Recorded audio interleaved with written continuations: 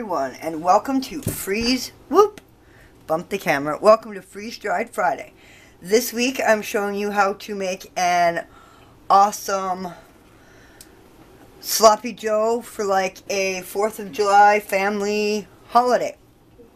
Okay, what I have here is 3 pounds of hamburger, ground hamburger that's been all ground up and browned, and then I have 12 ounces of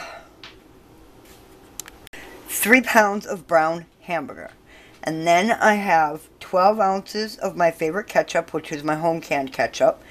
20 ounces of my favorite barbecue sauce, which is my home canned barbecue sauce. You can use store-bought. And then we're going to do half a cup of peppers, mixed peppers. Half a cup of dehydrated onion flakes. Half a cup of chives.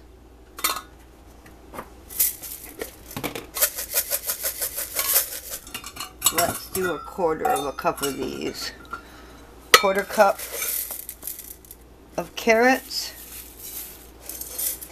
Just because it's the 4th of July doesn't mean we can't have our veggies.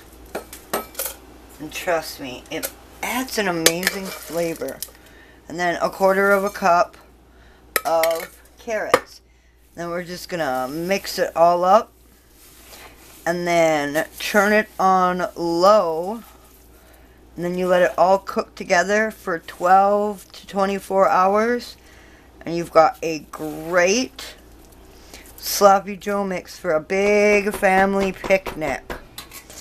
I'm going to let this cook, and I will bring you back in 12 hours to show you what this tasty delight looks like. And there we have it.